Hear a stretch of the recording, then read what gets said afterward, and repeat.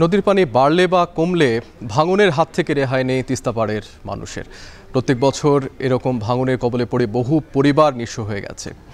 এবং অন্যদিকে যেটি হয়েছে যে জামালপুরের বাহাদুরাবাদ ঘাট পয়েন্টে এখন বিপদসীমার উপরে বইছে পানি, নতুন করে প্লাবিত হচ্ছে এলাকা। এইসব বিষয় নিয়ে আমরা তথ্য জানতে চাই। সহকর্মী আমিরুল বাপ্পি রয়েছেন গঙ্গাচড়াতে, পাশাপাশি জামালপুরে রয়েছেন সহকর্মী জুয়েল রানা। তাদের সঙ্গে যুক্ত হতে চাই। শুরুতে যেতে চাই বাপ্পির কাছে। বাপ্পি, প্রত্যেক বছর বর্ষা তিস্তাপাড়ের মানুষের কাছে দুর্ভোগ বয়ে আনে, কষ্ট বয়ে আনে। এখন কতটা কঠিন সময় পার করছেন তিস্তাপাড়ের মানুষেরা, এবং ভাঙন কবলিত যে মানুষগুলো রয়েছে তারা প্রশাসন থেকে কোনো সহযোগিতা বা সহায়তা এই মুহূর্তে পেয়েছে কিনা?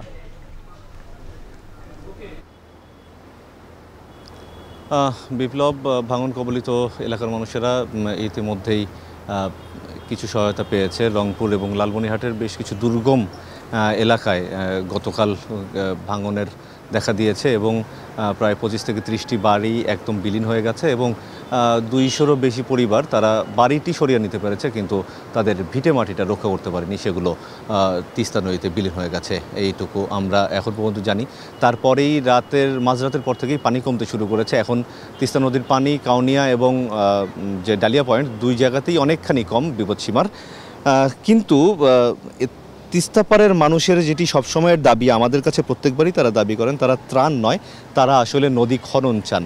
অর্থাৎ নদীর যে ভরাট হয়ে গেছে, এই ভরাটের কারণেই পানিগুলো দুই পাড়ে গিয়ে আছড়ে পড়ছে এবং ভাঙনের দেখা দিচ্ছে, যার কারণে তারা বারবারই আমাদের কাছে বলেন যে আমরা ত্রাণ সহায়তা চাই না, আমরা একটা স্থায়ী সমাধান চাই, যে নদীর যেন খনন করে এবং তিস্তা মহাপরিকল্পনা যেটি, সেটি বাস্তবায়ন যত দ্রুত সম্ভব সেটি যেন হয়। এবং এই যে পানিটা এখন উজানের দিকে কমে গেছে, এখন ভাটির দিকে পানি বাড়ছে। যেমন এর আগে আমরা নিশ্চয়ই খবরে দেখেছি যে যমুনার দুই তীরবর্তী অঞ্চলে এবং যমুনার নিম্নাঞ্চল, চরাঞ্চল, এইগুলোতে পানি এখন অনেক বেশি বেড়ে গেছে। এই পানিগুলোই চলে গেছে।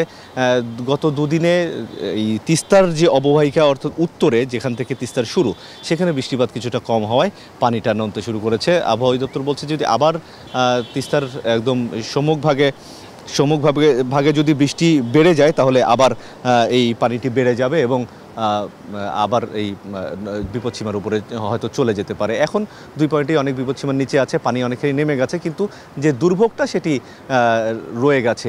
এটি এই বর্ষা মৌসুম শেষ না হওয়া পর্যন্তই এই দুর্ভোগটা থাকবে। তবে বারবারই একটাই দাবি সবার, যে নদীটা যেন খনন করা হয়। বিপ্লব। জি, আমিরুল বাপ্পি, যেতে চাই জামালপুরে জুয়েলের কাছে। জুয়েল, আপনার পিছনে দেখতে পাচ্ছি যে এখনও নিচু এলাকাগুলো পানিতে নিমজ্জিত রয়েছে। প্রত্যেক বছর বর্ষা আসলে তো একই অবস্থা হয়। স্থায়ী কোনো সমাধান কেন হচ্ছে না? প্রশাসন থেকে কি কোনো পদক্ষেপ নেওয়া হচ্ছে কিনা?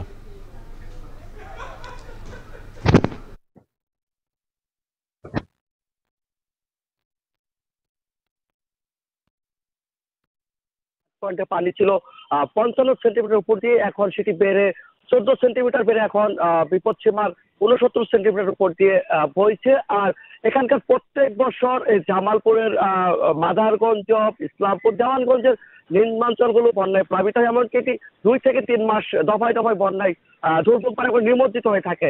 আর পানি উন্নয়ন বোর্ডের সাথে আমরা বরাবরই কথা বলেছি, তারা জানিয়েছে তারা এই বন্যা নিয়ন্ত্রণে নদী শাসনের যে ব্যবস্থাটা, সেটি তারা প্রতিরোধ করার জন্য প্রত্যেক বছর তারা স্থায়ী প্রকল্পের কথা সাধারণ মানুষকে আশ্বস্ত করলেও তারা কিন্তু সেইভাবে তারা এই বন্যা এবং নদী ভাঙনের কবল থেকে তারা রক্ষা পায়নি। আর আমি যদি বলি, জামালপুরের জেলা প্রশাসনের পক্ষ থেকে বন্যা কবলিত এলাকায় এই মুহূর্তে 170 মেট্রিক টন চাল, 3,500 প্যাকেট শুকনো খাবার বরাদ্দ দেওয়া হয়েছে। পাশাপাশি দেওয়ানগঞ্জের একটি আশ্রয় প্রকল্পে 100টি পরিবার আশ্রয় নিয়েছে।